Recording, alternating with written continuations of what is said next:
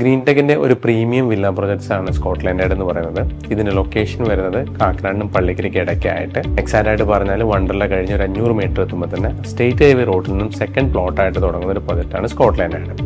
ഇതിൻ്റെ ലൊക്കേഷൻ എന്ന് പറയുന്നത് മേജർ സ്കൂൾസ് ആയിട്ടുള്ള ജെംസ്, രാജഗിരി, നൈപുണ്യ, സംസ്കാര, കൊച്ചിൻ ഇന്റർനാഷണൽ സ്കൂൾ, ഇതെല്ലാം നമുക്ക് ഇവിടുന്ന് ഒരു ആക്സസ് എന്ന് പറയുന്നത് 10 to 15 മിനിറ്റ്സ് ഡ്രൈവാണ് നമുക്ക് വരുന്നത്. അതുപോലെ ഹോസ്പിറ്റലിലായിട്ടുള്ള സമരട്ടൻ ഹോസ്പിറ്റല്, രാജഗിരി ഹോസ്പിറ്റല്, സൺറൈസ് ഹോസ്പിറ്റലൊക്കെ വരുന്നത് ഇവിടെ നമുക്ക് ഏകദേശം ഒരു 10 to 15 മിനിറ്റ്സ് ഡ്രൈവ് തന്നെയാണ് വരുന്നത്. സ്കോട്ട്ലാൻഡ് യാർഡ് എന്ന് പറഞ്ഞൊരു റിസോർട്ട് കൺസെപ്റ്റ് ഡെവലപ്പ് ചെയ്തൊരു പ്രൊജക്റ്റാണ്. ഇതിൻ്റെ ഡിസൈൻ തന്നെ ഒരു യൂറോപ്യൻ കൺസെപ്റ്റാണ്. ഈ പ്രോപ്പർട്ടിയിലോട്ട് നമ്മൾ കയറുമ്പോൾ ഇതൊരു ടെറൈനുള്ള പ്രോപ്പർട്ടി, 5 ലെവലിലാണ് ഈ പ്രോപ്പർട്ടി നിലകൊള്ളുന്നത്. ഇതിൻ്റെ ഓരോ ലെവൽസ് കഴിയുമ്പോൾ ഇതിൻ്റെ വ്യൂ വളരെ ഭംഗിയുള്ളതാണ്.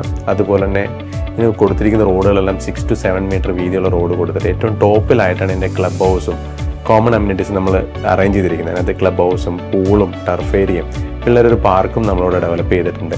ഇവിടെ മിനിമം ഒരു 5 സെൻസ് ലാൻഡും 2000 സ്ക്വയർ ഫീറ്റുമാണ് നമ്മൾ വില്ല പ്ലാൻ ചെയ്തിരിക്കുന്നത്. പക്ഷെ നമുക്ക് ലാൻഡ് ഏരിയയും അതുപോലെ വീടിനകത്തുള്ള സ്പേസും നമുക്ക് കസ്റ്റമൈസ് ചെയ്യാൻ പറ്റും. ഈ പ്രോജക്റ്റിൻ്റെ phase 1ഉം phase 2ഉം ഉണ്ട്. phase 1 ഓൾറെഡി നമ്മൾ കംപ്ലീറ്റ് ആയി, ആൾക്കാർ താമസം തുടങ്ങി. phase 2ലാണ് നമുക്കിപ്പോൾ ഡെവലപ്മെൻറ്റ്സ് നടക്കുന്നതും നമുക്ക് പ്രോപ്പർട്ടി കൊടുക്കാനായിട്ടുള്ളതും. ഇവിടുത്തെ ഒരു കോസ്റ്റിംഗ് എന്ന് പറഞ്ഞാൽ ഒരു 5 സെൻസ് ലാൻഡും 2000 സ്ക്വയർ ഫീറ്റും വരുന്ന 3 BHK വില്ലയ്ക്ക് 1.8 ആണ് കോസ്റ്റ് വരുന്നത്. പിന്നെ അതുപോലെ തന്നെ നമുക്ക് ലാൻഡ് ഏരിയയും ഉള്ളിലെ ഏരിയയും കസ്റ്റമൈസ് ചെയ്യാനുള്ള ഓപ്ഷൻസും നമുക്കുണ്ട്.